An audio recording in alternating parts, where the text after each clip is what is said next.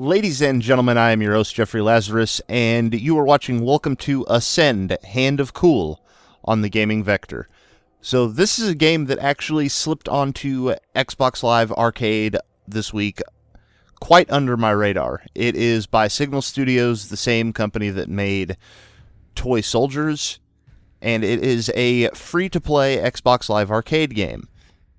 I'm going to go ahead and hit start here and start loading things up because this is also a very multiplayer heavy game.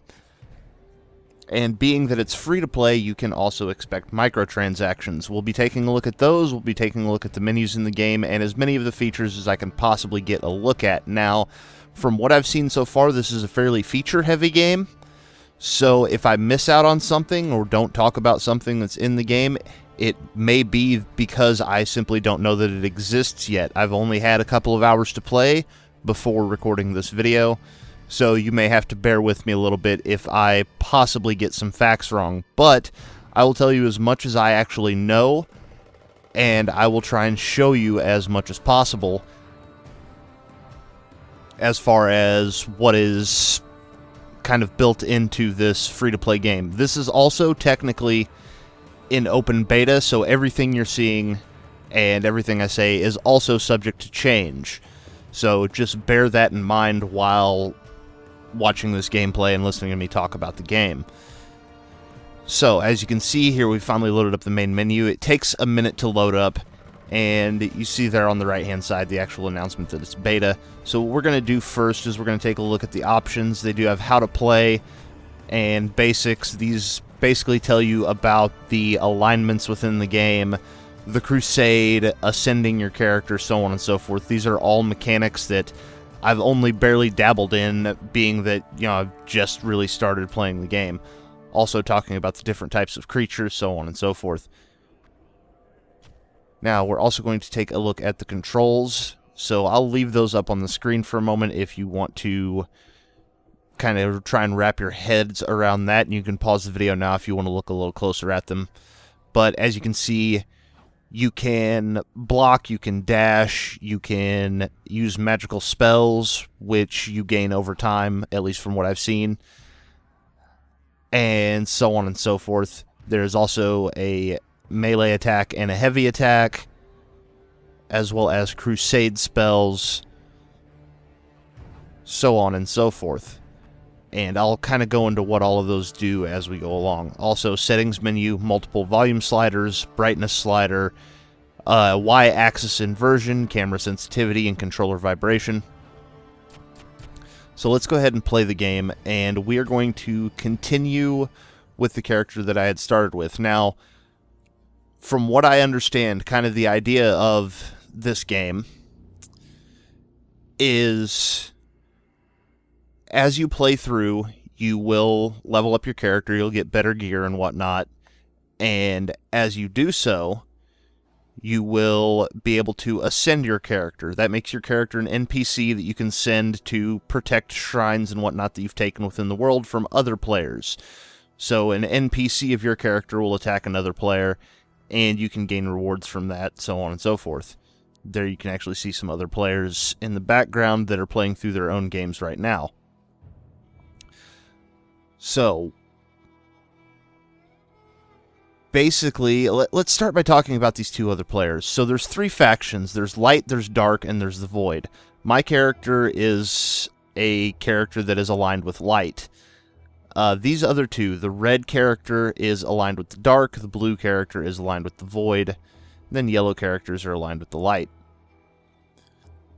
Now, I can't actually directly interact with these guys.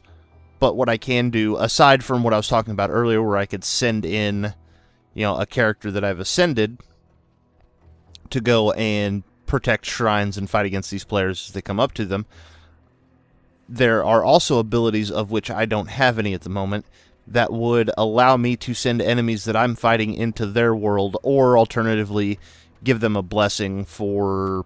I'm not sure exactly what the blessings do, actually I haven't had much chance to look at them. But it's a rather interesting mechanic. I also think there may be some actual, 1v1 dueling, but I can't be 100% sure about that. So we're just going to make our way. Let's just go ahead and head into the next area and see if we can't get into combat. Here we are. So we're heading to the battlements. We'll have another loading screen that will take us there. And there you can see on screen the actual tooltip using Banish to send enemies from your game into another player's game. It's a rather interesting mechanic because you are rewarded if the enemies that you banish manage to actually do damage to the other player. So you gain rewards for killing the enemies, but you can also gain rewards by sending them into another player's game. And it'll only work when there's another player nearby. Like, you could still banish them, which I don't have the spell. And here we are getting some little bit of story going on there. There's no real voice acting as far as I've seen. There you can see in the lower left characters, or not characters, other players joining our game. So, before we actually get into combat, because you can see some enemies over there on that ridge, before we actually get into combat, let's talk a little bit about some of the things you're seeing on screen. So upper right, obviously, is the minimap. Lower right is our spell selector, so you can see I've got 2 different spells to swap through using the bumpers. Lower left is our level, our soul counter, and our health.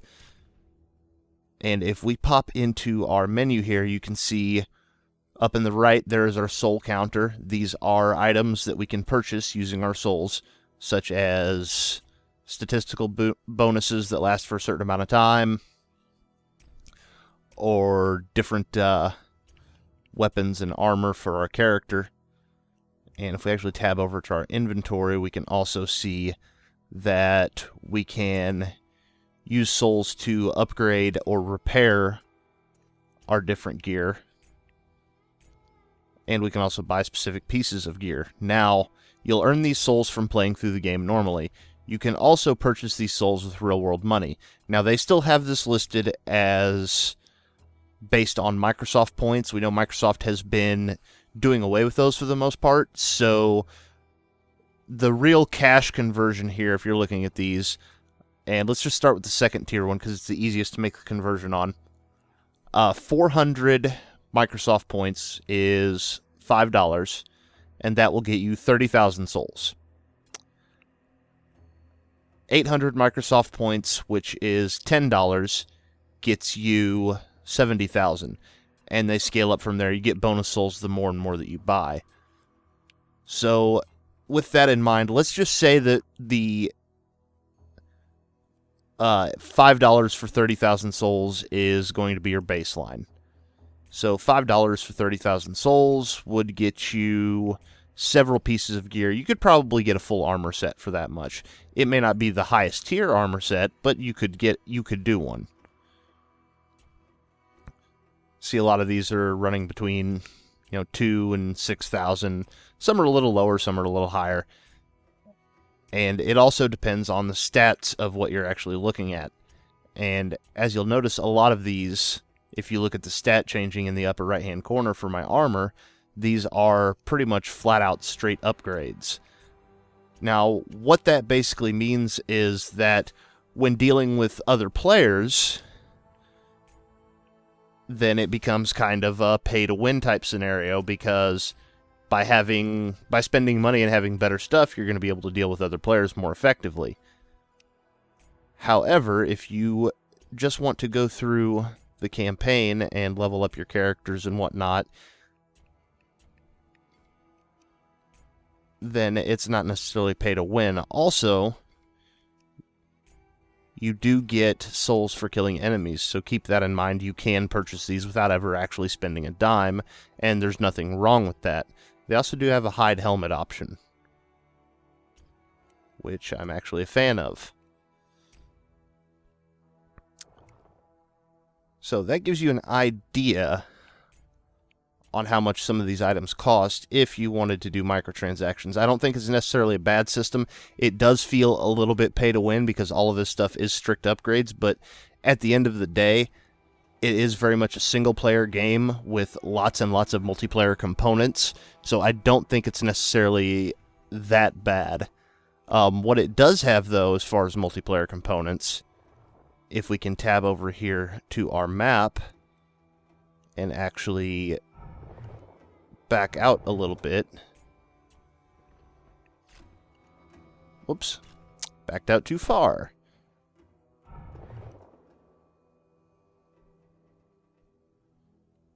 And... so there we can see Global Crusade map. I kind of forgot how to access that for a moment. So that will show you what areas are owned by which gods.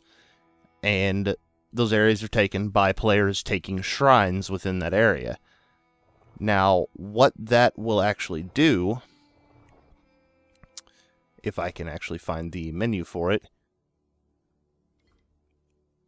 it will show the Dominion map here. So now you have an idea of what different factions hold in different areas, so on and so forth. And this also provides weekly challenges, so the team, the quote-unquote team, the faction that completes the weekly challenge will actually get a boost for the weekend. So in this case, whichever group completes the weekly challenge kind of the best, whichever one beats out the other two, will get an attack speed boost for the weekend. So, interesting little bit of multiplayer thrown in there. So let's go ahead and get into some combat. And I will be able to show you some of what I feel are kind of the flaws with the game at the moment. Now, once again, this is in beta, so it was an easy bit of combat, only 3 enemies. You can see it's very easy to get high combos as long as you're not taking hits. I'm going to go ahead and open this chest, and this actually gives a weapon. And this weapon is not as good as the one I currently have. If you look at the stat there, it's also partially broken. If you look at the bar at the bottom. So I'm just going to go ahead and sell that straight off and not even worry about it. So, combat in this game basically consists of using right trigger to block, X for light attack, B for heavy attack, or I'm sorry, Y for heavy attack. Unfortunately, it comes off as feeling quite a bit button mashy. Also, forgot to turn my, oh, hey, nice set of boots. Forgot to turn my notifications off. I apologize. So yeah, I got me a new set of gloves there. Now, if I pop into my menu, I should be able to, whoops, find those gloves and actually repair them up. Because you can see they're at 27%. So let's go ahead and repair those. And while we're here, we may as well repair these boots. As you can see, the repair costs are actually fairly high.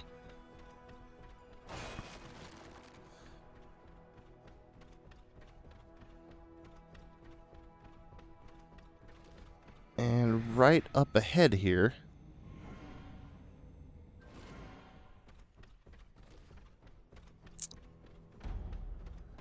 I was about to say there should be a chest, but we also got sidetracked by that.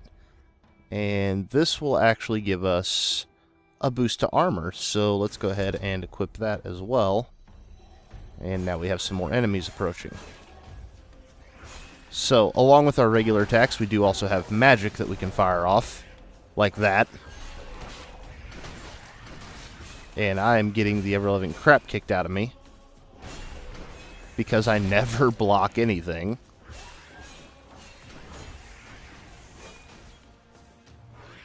So there we saw actually the A button icon popped above his head. That allows us to get an execution kill, which gives us some health back. Combat is not terribly deep, at least not at this early stage of the game. Now, that could just be that I haven't had enough time to really learn the depth of the combat, or it could just really not be all that deep. Also, I should probably cycle to my other spell and stun somebody. So one of the other things that I would have to say as far as a downside to the game, specifically a downside to the combat, is that there is no lock-on feature. So a lot of the times, because the camera kind of stays pretty close to your character, a lot of the time I have issues with seeing what I'm trying to hit.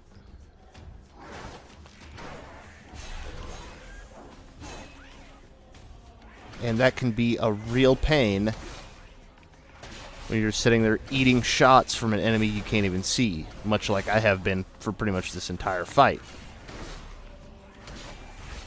Missed my chance for an execution there, and as you can see, every enemy we kill is awarding us with a very small number of souls, and also we are very injured. Let's call down the thunder of the gods.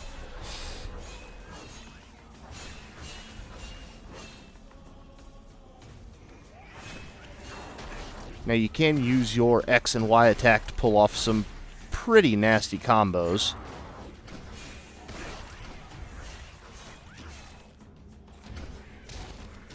Let's kill this guy and get a little health back.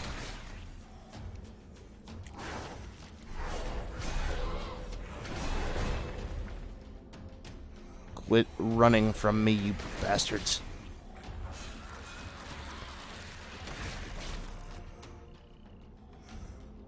Oh, I made it out of there with only major injuries.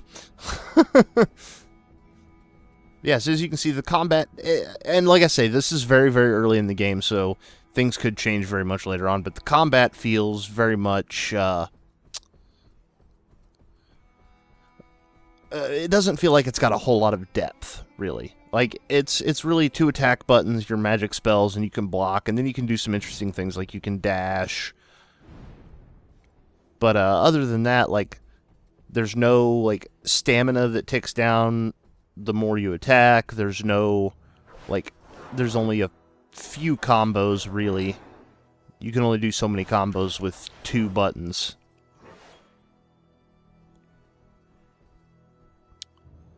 So, now that we have actually done a little bit of combat and shown that off a bit, and this is something I wouldn't normally do at this point, but I'm going to just to kind of show things off.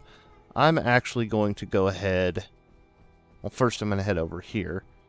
But here in a moment, I'm going to go ahead and ascend this character to make him an NPC so that I can create a new one, so I can actually show you guys the character creation.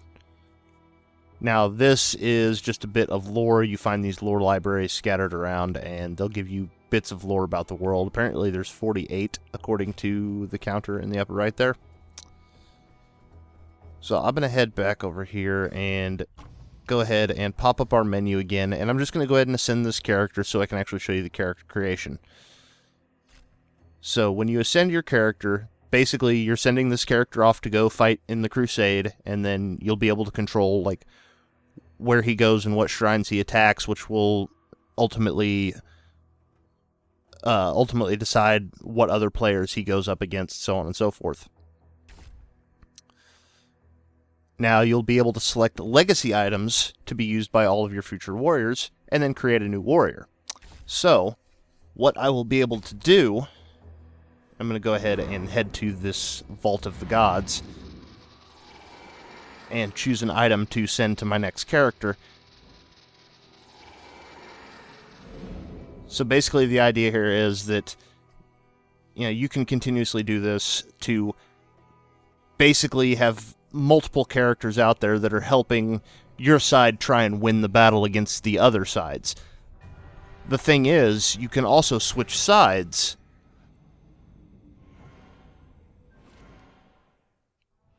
So when I go to create a new character, I'll be able to actually choose a new faction to join up with.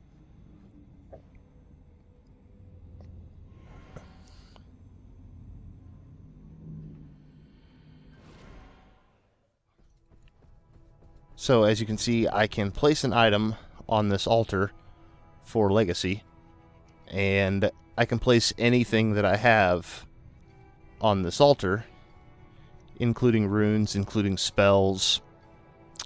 But in this case, I'm going to actually send this sword.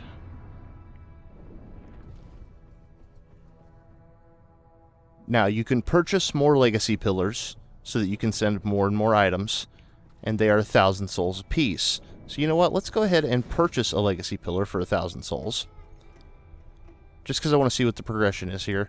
And you know what? We'll go ahead and send this helmet too, because this is a pretty badass looking helmet. So the next one is 2,000 souls. I'm just going to go ahead and spend... that'll put us down around 3,000. So what I can actually do now is send another piece of armor if I wanted to. Or if I had runes for weapons and whatnot, so on and so forth, I could send those as well. And I think...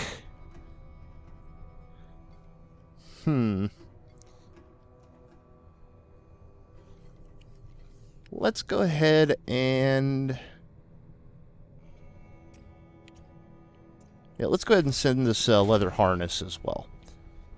And then I'm assuming, yeah, the next one's 4,000, so it looks like they're going to double in price every time going around. And now we will be able to create a new character here momentarily, and I can show you the character creation system, which is a little weird to be showing you near the end of the video.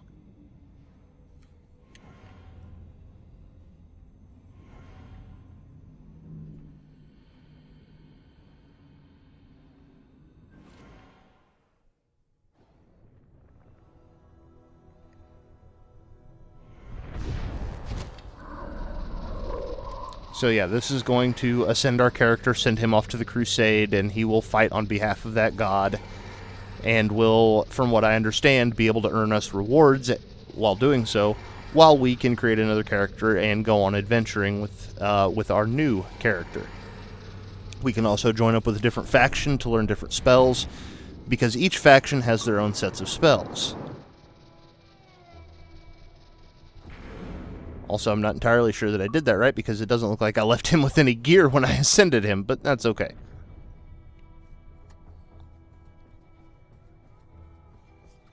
That will be fine. I'm not all that worried about it.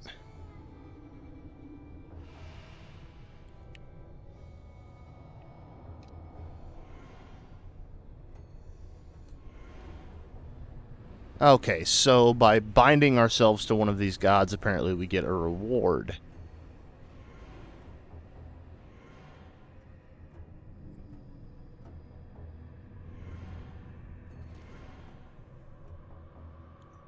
So, I am actually... You know what, for 10,000 souls, I think I'm just going to go ahead and bind to the void. Yes, that's perfectly fine. Let's go ahead and bind him to the void, because I really kind of feel like changing up things here. Plus, this will actually give us a different set of spells, as I said earlier. Yes, the void fills your soul. Choose your new form, and I will send you back to the earthly realm. And this will allow us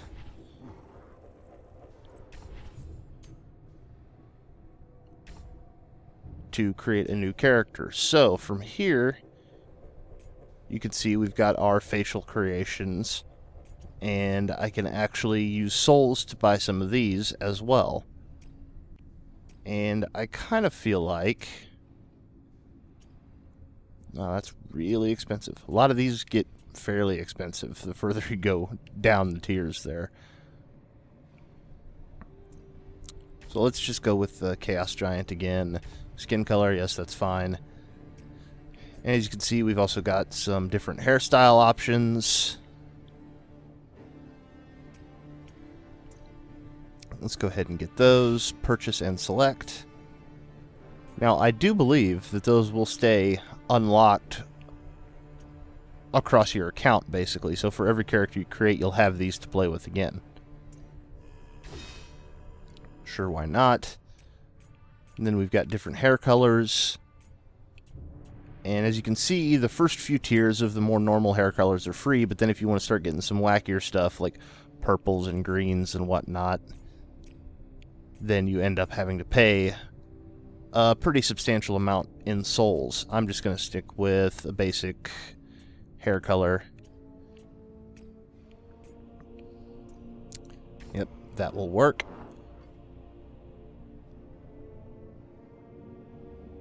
Now, you can see right here, there is the item that we actually sent from our old character, the chest piece, but then we can also buy these other ones. There are also 3 starting leather sets.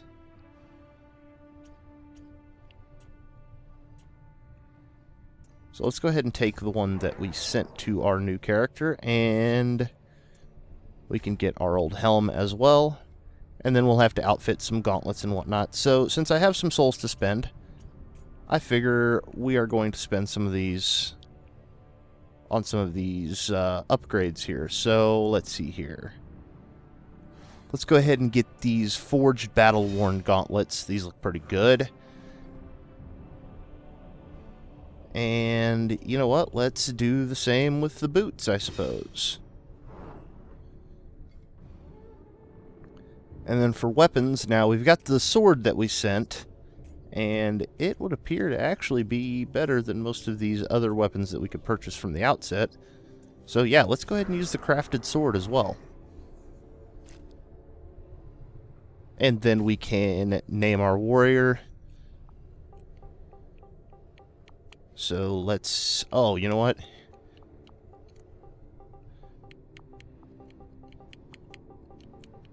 We're going to name him after the Abyss Walker from Dark Souls, because that's the kind of person I am. And since he's going to be serving the Void, that seems like a reasonable thing to do. So there we have our new character. Now, you can see all the customization options you can fill out with souls. And this actually starts us at level 5. So I believe that retains up to 5 levels from your previous character. I'm not 100% sure how that works. I've seen something about every 5 levels getting some sort of bonus. But I don't 100% understand how that works yet. So I'll need some more time with the game.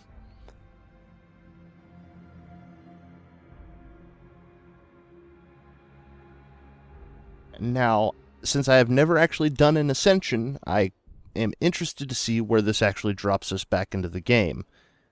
And it actually drops us right back where we were. So now we can continue on with the quest that we were doing. I actually really like that. That makes me happy that that's how this works, and I don't have to start all over. Also, you can see these guys are actually probably fighting other enemies.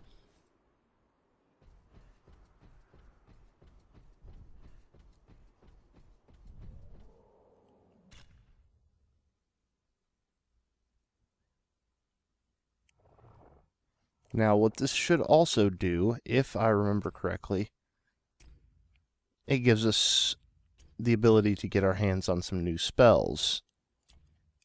So we did have Ionized Bolt and Brilliant Strike. Now we can get Seekers, as well as getting Frostbolt. And then you can see fire spells. You have to serve the dark side, or the Dark Lord, Dark God, whatever you want to call him, to unlock. So basically what you would want to do realistically is, I guess, level up to about level 20 within each of the factions.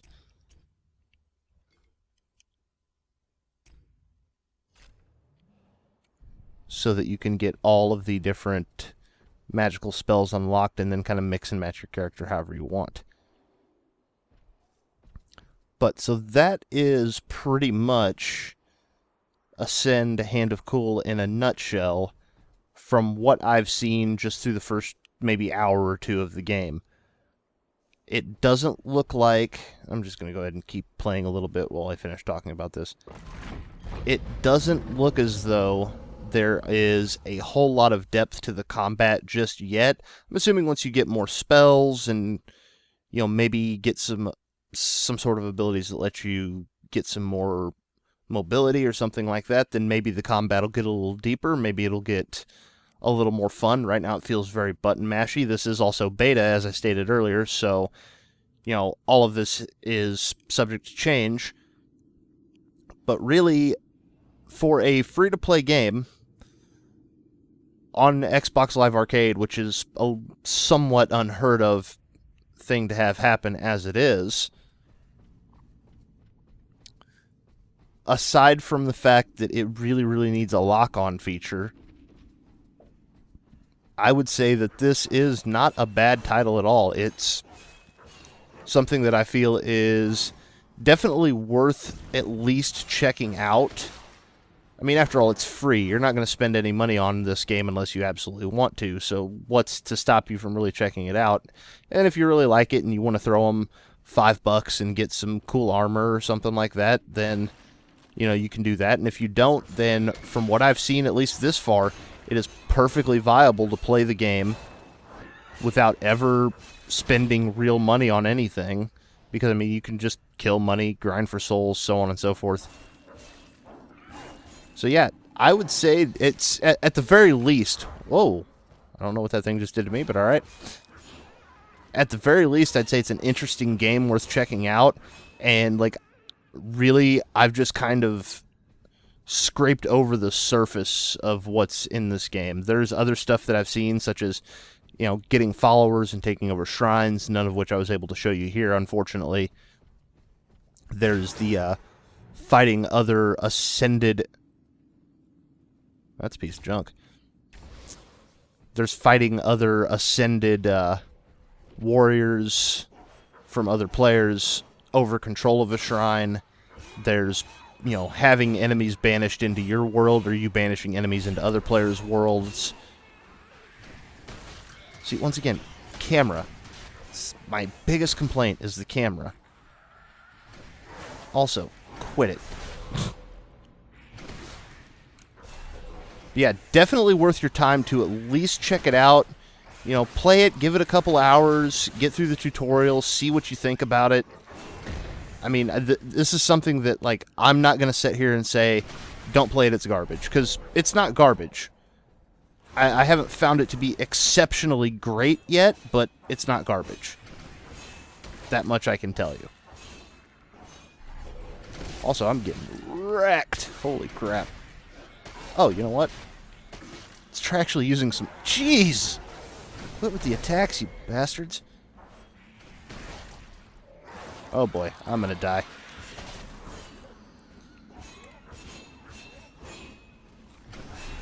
Yeah, I have to say, definitely worth at least checking out. And like I say, it is a free-to-play game, so I do highly recommend you download it, check it out on your own. It's also not a huge game. It's about a 2 gigabyte download, so, you know, it's not going to take up a ton of your hard drive space. So we can see another player over there. So it's kind of funny to see them fighting nothing on our screen, and you know they're just in an intense battle on theirs.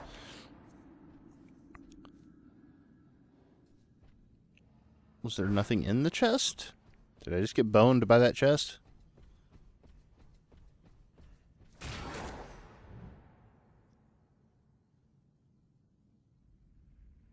Ah, so there you can see one of the actual, a boost that we managed to find in this chest.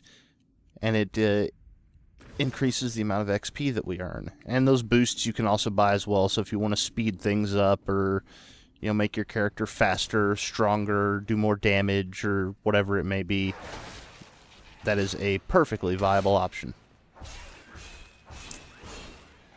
So yeah, Ascend, Hand of Cool, worth checking out. I don't know if it's worth spending any money on yet, but